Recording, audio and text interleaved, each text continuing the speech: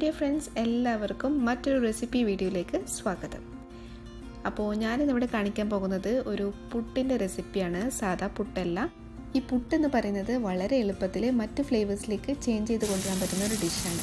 അപ്പോൾ നമ്മൾ ഇന്ന് മാറ്റി കൊണ്ടുവരുന്നത് ചെമ്മീൻ പുട്ടായിട്ടാണ്. വളരെ ടേസ്റ്റി ആയിട്ടുള്ള നല്ല മോയ്സ്റ്റ് ആൻഡ് സ്പൈസി ആയിട്ടുള്ള ഒരു അടിപൊളി ചെമ്മീൻ പുട്ടാണ് ഞാനിന്നിവിടെ കാണിക്കുന്നത്. തീർച്ചയായിട്ടും കണ്ടു നോക്കുക. ഇഷ്ടപ്പെട്ടിട്ടുണ്ടെങ്കിൽ ലൈക്ക് ചെയ്യാനും ഷെയർ ചെയ്യാനും സബ്സ്ക്രൈബ് ചെയ്യാനും മറക്കരുത്. ആദ്യം നമ്മൾ മസാല ഉണ്ടാക്കിയിട്ട് അത് പുട്ടിലേക്ക് ലെയർ ചെയ്ത് കൊടുക്കുകയാണ് ചെയ്യുന്നത്. അപ്പോൾ മസാലയ്ക്കുള്ള ചെമ്മീനാണിത്. ഇത് 250 ഗ്രാം നല്ല കഴുകി വൃത്തിയാക്കി എടുത്തതാണ്. ഇനി ഇതൊന്ന് ഫ്രൈ ചെയ്തെടുക്കാൻ വേണ്ടിയിട്ട് നമുക്ക് ഒന്ന് മാരിനേറ്റ് ചെയ്ത് വെക്കാം.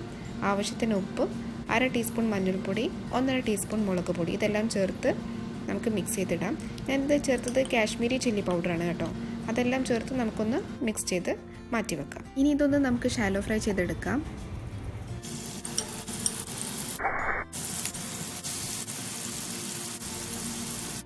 പിന്നെ നമുക്ക് എല്ലാവർക്കും അറിയുന്ന ഒരു കാര്യമാണ്, ചെമ്മീൻ അധികം കുക്കിംഗ് ടൈമൊന്നുമില്ല. അപ്പോൾ ഒരു 2 to 3 മിനിറ്റ് നേരം ഒന്ന് കുക്ക് ചെയ്തെടുത്താൽ മതി. അപ്പോൾ നമ്മുടെ ചെമ്മീൻ ഫ്രൈ റെഡി ആയിട്ടുണ്ട്. അപ്പോൾ ഇത് മാറ്റി വെച്ചിട്ട് ഇനി നമുക്ക് മസാല റെഡിയാക്കാം. ഞാൻ ഇപ്പോൾ തന്നെ മസാല ഉണ്ടാക്കുന്നതുകൊണ്ട് ചെമ്മീൻ ഫ്രൈ ചെയ്തെടുത്ത ഓയിൽ തന്നെയാണ് യൂസ് ചെയ്യുന്നത്. അത് ഇപ്പോഴും സെയിം ടെമ്പറേച്ചർ തന്നെയാണ്. അപ്പോൾ നമുക്കതിലേക്ക് 2 മീഡിയം സൈസ്ഡ് സവാള അരിഞ്ഞത് ഇട്ട് കൊടുക്കാം. അതിലേക്ക് ആവശ്യത്തിന് ഉപ്പ് ചേർത്ത് നല്ല പോലെ ഒന്ന് ഇളക്കി കൊടുക്കാം. ഇപ്പോൾ സവാളയെല്ലാം ഒന്ന് ട്രാൻസ്പെറൻ്റ് ആയിട്ട് വരുന്നുണ്ട്. ഇനി ഇട്ട് കൊടുക്കേണ്ടത് 1 ടേബിൾ സ്പൂൺ വെളുത്തുള്ളി ഇഞ്ചി ചതച്ചത്, ഒരു പച്ചമുളക് അരിഞ്ഞത്, പിന്നെ ഒരു മീഡിയം സൈസ്ഡ് തക്കാളി അരിഞ്ഞത്. ഇതെല്ലാം ചേർത്ത് നമുക്ക് നല്ല പോലെ ഒന്ന് ഇളക്കി കൊടുക്കാം. ഇനി നമുക്കിതൊന്ന് അടച്ച് വെച്ച് ഒരു 2 മിനിറ്റ് നേരത്തേക്ക് വേവിച്ചെടുക്കാം. ഇപ്പോൾ 2 മിനിറ്റിന് ശേഷം ഒന്നുകൂടി തുറന്ന് നമുക്ക് നല്ല പോലെ ഒന്ന് മിക്സ് ചെയ്ത് കൊടുക്കാം. ഇനി ഇതിലേക്ക് ഞാൻ മസാല ഇട്ട് കൊടുക്കുകയാണ്. 1/2 ടീസ്പൂൺ മഞ്ഞൾപ്പൊടി, 1 teaspoon Kashmiri red chilli powder, 1/2 teaspoon garam masala, ഇതെല്ലാം ചേർത്ത് ഒന്നുകൂടി നമുക്ക് നല്ലപോലെ മിക്സ് ചെയ്തതിന് ശേഷം അടച്ച് വെച്ച് വേവിച്ചെടുക്കാം.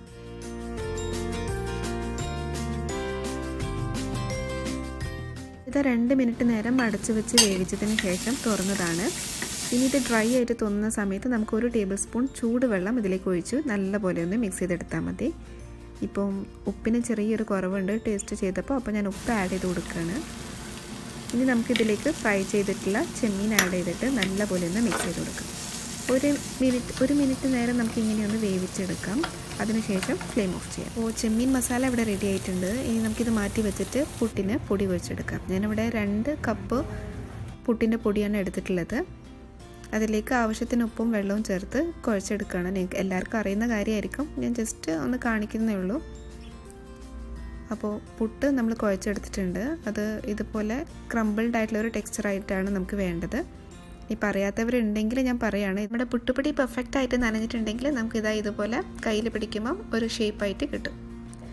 അപ്പോൾ നമ്മുടെ പുട്ടുപൊടി ഇവിടെ റെഡി ആയിട്ടുണ്ട്. നമ്മൾ പുട്ടിനെ വെള്ളം ബോയിൽ ചെയ്യാൻ വെക്കുകയാണ്. അപ്പോൾ ഞാനൊരു ഹെൽത്ത് ടിപ്പ് കൂടി പറഞ്ഞു തരാം.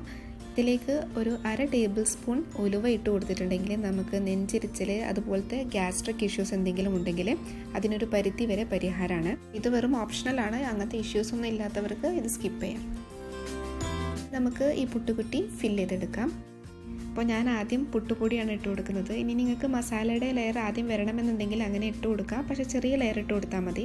എനിക്ക് പൊതുവേ മസാല ഫസ്റ്റ് ഇടുന്ന സമയത്ത് അധികം സ്റ്റീം ഉള്ളിലോട്ട് കയറാത്ത പോലെ തോന്നലുണ്ട്. അപ്പോൾ ഞാനിവിടെ ആദ്യം ഒരു 4 ടേബിൾ സ്പൂൺ പുട്ടുപൊടി ഇട്ടതിന് ശേഷം മസാലേൻ്റെ ഒരു ലെയർ ഇട്ട് കൊടുക്കുകയാണ്. അതുപോലെ ബാക്കി നമുക്ക് കംപ്ലീറ്റ് ആയിട്ട് ലെയർ ചെയ്ത് കൊടുക്കാം.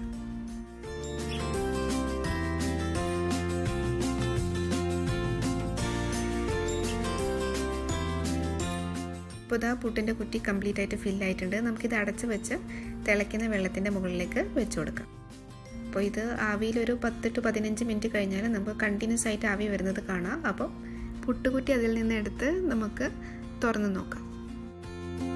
അപ്പോൾ ഇതവിടെ നമ്മുടെ ചെമ്മീൻ പുട്ട് റെഡി ആയിട്ടുണ്ട്. നമുക്കിനി ഇതൊരു പ്ലേറ്റിലേക്ക് മാറ്റിയെടുക്കാം.